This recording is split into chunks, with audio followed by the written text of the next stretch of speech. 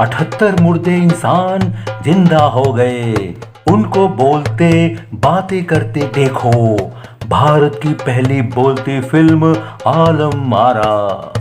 मेरे YouTube दोस्तों, इसी तरह के प्रचार के साथ 14 मार्च 1931 को फिल्म निर्माता निर्देशक आर्देशिर ईरानी द्वारा निर्मित भारत की पहली बोलती फिल्म आलम आरा बम्बई के मैजेस्टिक सिनेमा हॉल में रिलीज हुई थी। इस फिल्म को देखने के लिए सुबह 9 बजे से ही मैजेस्टिक सिनेमा हॉल में भीड़ जुटने लगी थी। टिकटें ब्लैक में बिक रही थीं। भीड़ को कंट्रोल करने के लिए पुलिस बुलानी पड़ी, लाठीचार्ज हुआ।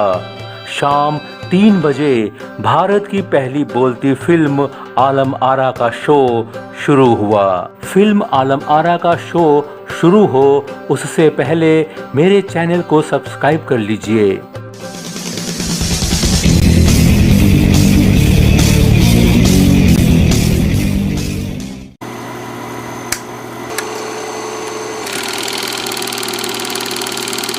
कमरपुर नाम के एक रियासत में एक बूढ़ा बादशाह है। उसकी 2 बेगम हैं। बड़ी बेगम का नाम नवबहार और छोटी बेगम का नाम दिलबहार है। बादशाह को कोई औलाद नहीं है। औलाद की कमी में बादशाह बेहद दुखी रहता है और औलाद के लिए तरसता रहता है। महल पर अपना अपना अधिकार जमाने के लिए बेगम नवबहार और बेगम दिलबहार आपस में बहुत झगड़ा करती रहती हैं। बड़ी बेगम नवबहार सीधी है, पर छोटी बेगम दिलबहार बेहद चालाक और धूर्त है। वह नवबहार के खिलाफ साजिशें करती रहती है। एक दिन एक बूढ़ा फकीर एक प्रार्थना गीत गाते हुए महल के नीचे रास्ते से गुजरता है। खुदा के नाम पे प्यारे ताकत है, गर देने की दे दे। इसी समय बड़ी बेगम नवबहार महल के झरोखे पर खड़ी है। वह फकीर को खैरात देती है और उदास होकर बताती है कि मेरे पास सब कुछ है, लेकिन कोई औलाद नहीं है। बिना औलाद के जीना भी क्या कोई जीना है? यह सुनकर फकीर दुआ के लिए हाथ ऊपर उठाता है और भविष्यवाणी करता है कि नवबहार एक दिन एक बेटे को जन्म देगी और वही बेटा कमरपुर राज्य का उत्तराधिकारी बनेगा। और फकीर चला जाता है। फकीर की इन बातों से बेगम नवबहार की सौतन दिलबहार काफी चिढ़ जाती है और दोनों में बहुत ज्यादा झगड़ा होने लगता है। फकीर की दुआ से कुछ महीनों बाद बेगम नवबहार को एक बेटा पैदा होता है। बे औलाद बादशाह बाप बन जाता है। उसकी खुशियों का ठिकाना नहीं रहता। महल में जश्न होता है।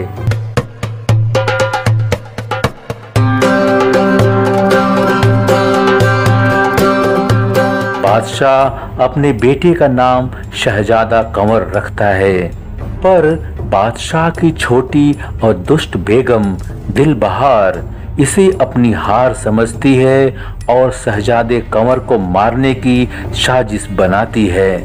बेगम दिलबहार मन ही मन कमरपुर राज्य के सेनापति आदिल को पसंद करती है। वह सेनापति आदिल को अपनी साजिश में शामिल होने को कहती है, लेकिन वफादार आदिल बेगम दिलबहार की इस पेशकश को ठुकरा देता है।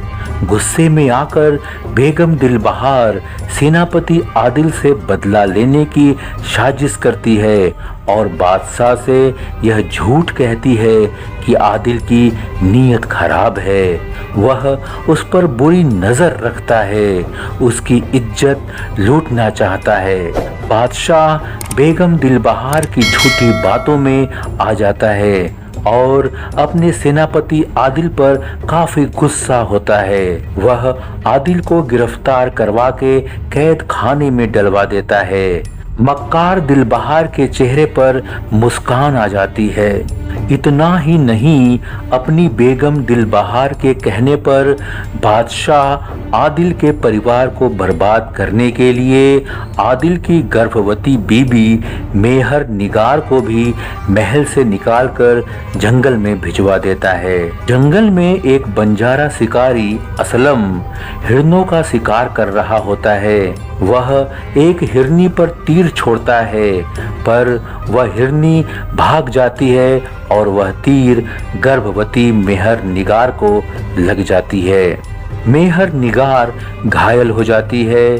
बंजारा शिकारी असलम घायल मेहर निगार को अपने कबीले में लेकर आता है। मेहर निगार एक बच्ची को जन्म देती है और उसका नाम आलम आरा रखती है, जिसका मतलब है दुनिया की रोशनी।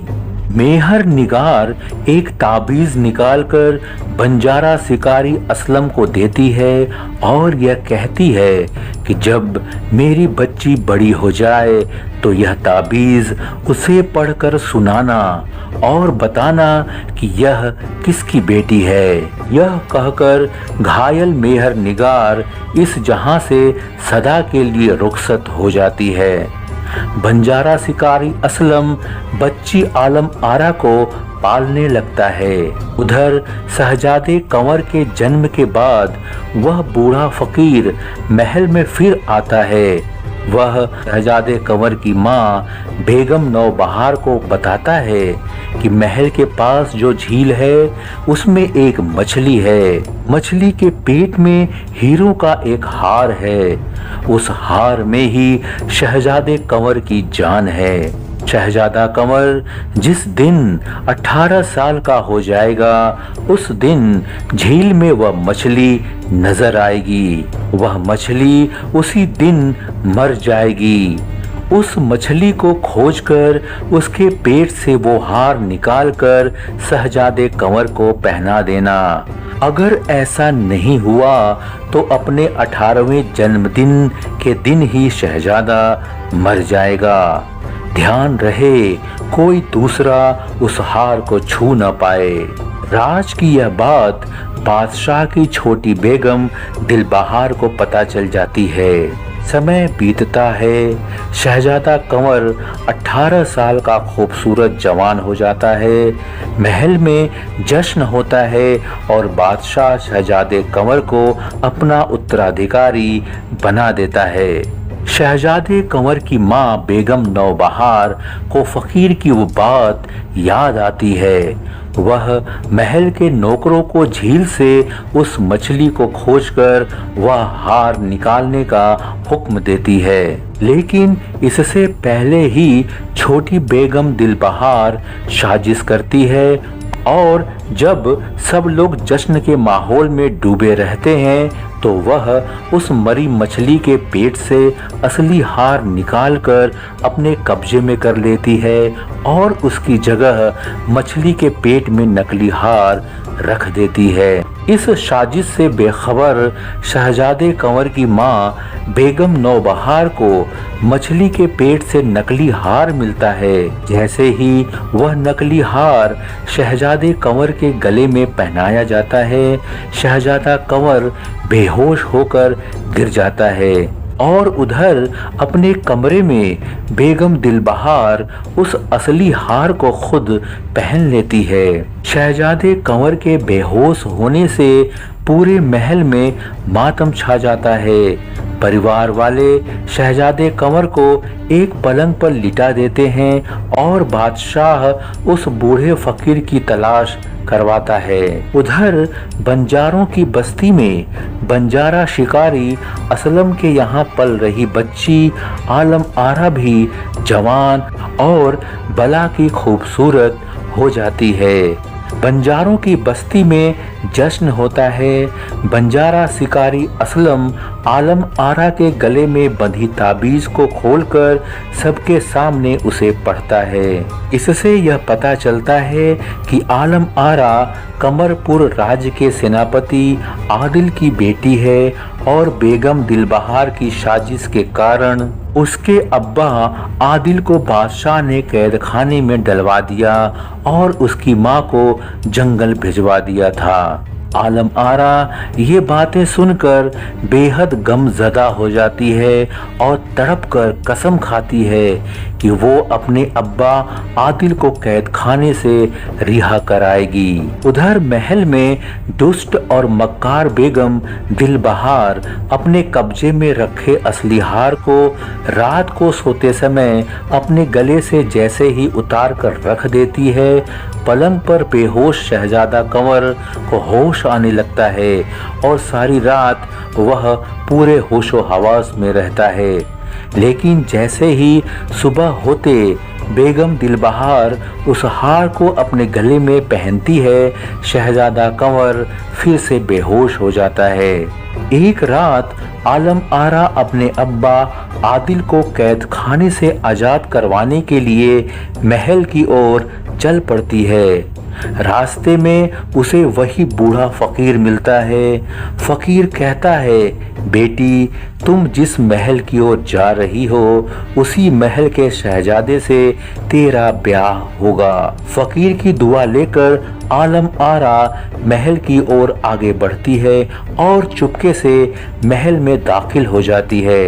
वह महल में शहजादे कंवर के कमरे में पहुंच जाती है। आलम आरा उस समय चौंक जाती है जब वह शहजादे कंवर को जीवित और पूरे होशो हवास में देखती है। बाके जवान शहजादे कंवर को देखकर आलम आरा का जवां दिल मचल उठता है। उसे शहजादे से प्यार हो जाता है। शहजादा कंवर भी आलम आरा के बेपनाह हुस्न को देखकर उसका दीवाना हो जाता है। दोनों एक दूसरे पर फिदा हो जाते हैं। दोनों साथ साथ जीने मरने की कसम खाते हैं। आलम आरा शहजादे को अपने अब्बा आदिल की गिरफ्तारी की पूरी कहानी सुनाती है और कहती है कि उसके अब्बा बेकसूर हैं। आलम आरा शहजादे से कहती है कि सुना है महल में कोई कुआं है जिसमें मेरे अब्बा कैद हैं। शहजादा कंवर आलम आरा से वादा करता है कि वह उसके अब्बा आदिल को जरूर रिहा करेगा। इसी बीच सुबह हो जाती है और अपने कमरे में बेगम दिलबहार उस हार को फिर से अपने गले में पहन लेती है। उसके गले में हार पहनते ही अपने कमरे में शहजादा कंवर बेहोश होकर आलम आरा की गोद में गिर जाता है। आलम आरा उसे अपनी गोद में सहारा देती है। ठीक इसी वक्त एक दासी रजिया वहां आ जाती है। वह आलम आरा की गोद में बेहोश शहजादे को देखकर चौंक जाती है। दासी रजिया आलम आरा को बादशाह के दरबार में पेश करती है। आलम आरा बादशाह को अपनी पूरी कहानी सुनाती है और बताती है कि आपकी छोटी बेगम दिलबहार ने मेरे अब्बा आदिल को झूठा ही फंसाकर मेरे परिवार को तबाह और बर्बाद कर दिया है। मेरे अब्बा बेकसूर हैं। आलम आरा की ये बातें सुनकर बादशाह उल्टा ही आलम आरा पर बेहद खफा हो जाता है और आलम आरा की जान पर बन आती है। उसी वक्त वो बूढ़ा फकीर दरबार में आ जाता है।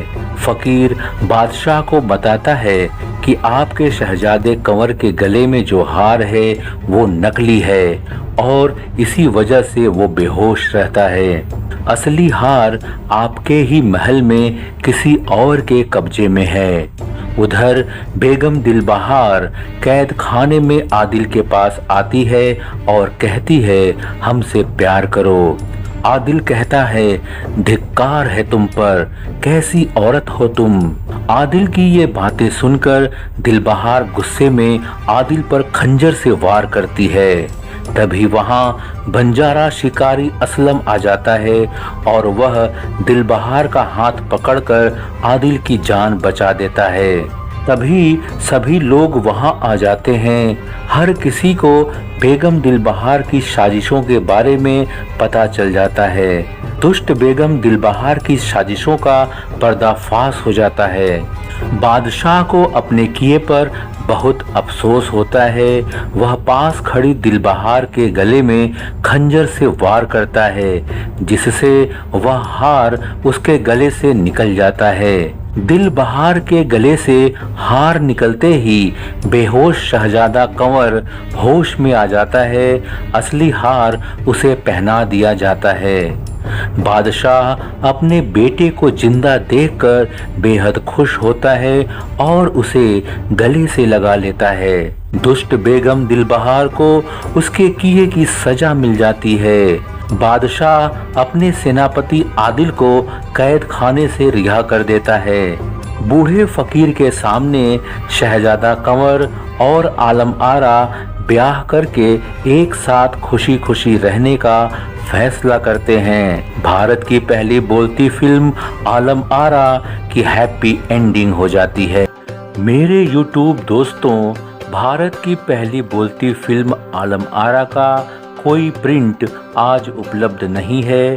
तस्वीरों के माध्यम से पूरी कहानी आपके सामने प्रस्तुत की गई।